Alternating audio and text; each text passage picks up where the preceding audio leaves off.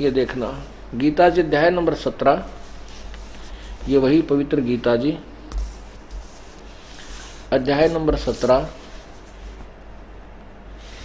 और श्लोक नंबर 3, 4 में देखें, 5 में है।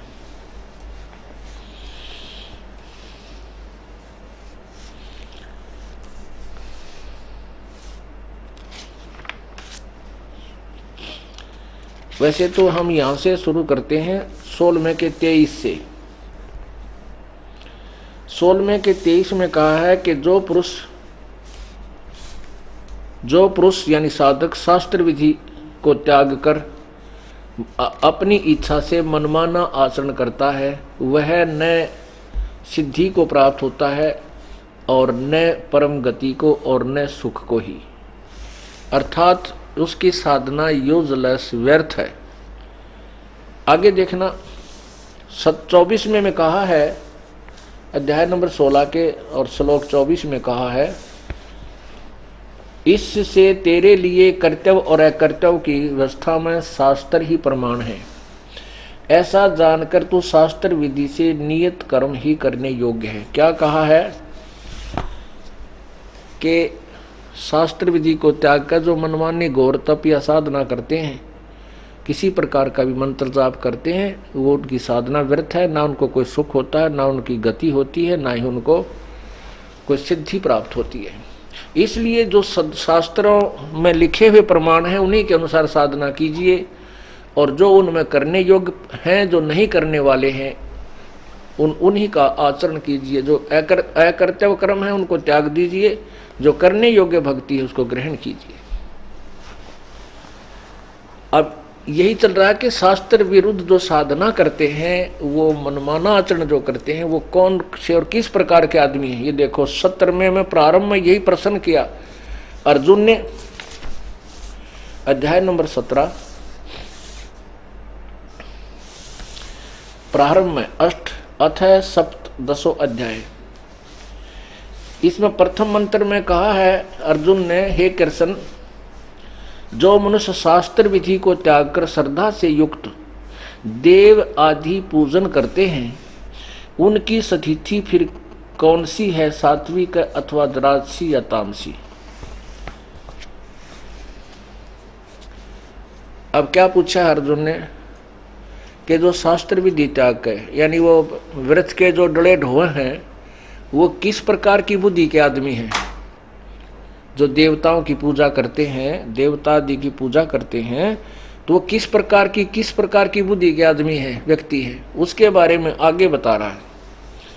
भगवान ने कहा है, गीता ज्ञान दाता बता रहे हैं 17 में, मनुष्यों की वह शास्त्रीय संस्करण रहित केवल स्वभाव से उत्पन्न श्रद्धा सात्विक और राजसी और तामसी ऐसे तीनों प्रकार की होती है, उसको मुझसे सुन। यानी जो शास्त्र विरुद्ध साधना करते हैं उनका प्रकरण चल रहा है। अब तीसरे में क्या कहा है, 17वें में, हे भारत, सभी मनुष्यों की श्रद्धा उनके अंतःकरण के अनुरूप होती है, और यह पुरुष श्रद्धा में है, इसलिए जो पुरुष जैसी श्रद्धा वाला स्वयं है, वह भी स्वयं वही है।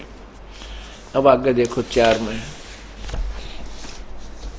शास्त्र विरुद्ध साधकों की प्रमाण चल रहे हैं, ये विवरण चल रहा है। चौथे में कहा है, सात्विक पुरुष देवों की पूजते हैं, राजस पुरुष यक्ष और राक्षसों को, और अन्य तामस मनुष्य प्रेत और भूत गणों को पूजते हैं।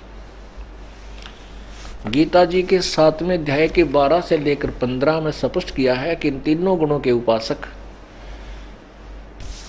और इन्हीं के द्वारा जिनका ज्ञान हरा जा चुका है, वो राक्षस स्वभाव को धारण किए मनुष्यों में नीच दुष्कर्म करने वाले मूर्ख मेरी भक्ति भी नहीं करते, गीता ज्ञानदाता कह रहा है। उसी से संबंधित अब ये है कि 16वें अध्याय के 23वें श्लोक में पवित्र गीता जी में कहा कि शास्त्र विधि को त्याग कर जो मनमानी पूजा करते हैं, साधना करते हैं, आचरण करते हैं, उनको कोई लाभ नहीं, ना उनको सुख, ना उनकी गति, ना उनका कोई सिद्धि हो। उसी के विषय में पूछा है कि फिर वो जो शास्त्र विरुद्ध साधना करने वालों की किसी बुद्धि है, वो किसी अकल के आदमी है, किस स्वभाव के हैं, उसके विषय में बताया है कि जो शास्त्र विरुद्ध साधना वाले हैं वो सात्विक, जो थोड़े बहुत अच्छे से आदमी लाग गए हैं वो देवताओं की पूजा कर लेते हैं, और दूसरे जो घसड़ पसड़ हैं वो इन राक्षस यानी यक्ष, ये अन्य जो पूजा करते हैं भैरव भारों की, ये यक्ष राक्षसों में आ जाते हैं। और तीसरे जो भूत प्रेत, ये जो इनकी पूजाएं करते हैं। और ये तीनों ही सात्विक, राजस और तामस। अब पांचवें में क्या कहा है देखना,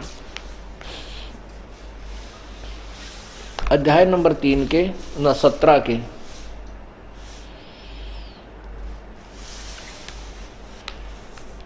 श्लोक नंबर 5। ये 4 आपने पढ़ लिया।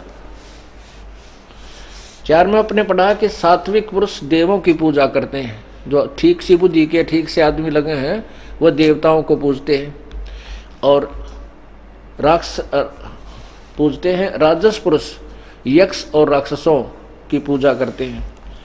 अन्य तामस मनुष्य प्रेत और भूत गणों की पूजा करते हैं, पितृपात्रों की। 5वें में कहा है, जो मनुष्य शास्त्र विधि से रहित केवल मनमाना कल्पित घोर तप को तपते हैं,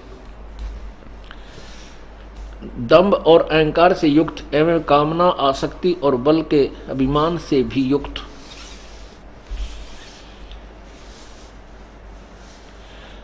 शरीर रूप से सतीत भूतों के समुदाय और अंतःकरण में सतीत मुझ परमात्मा को भी वो क्रश करने वाले उन अज्ञानियों को असुर स्वभाव वाले जान।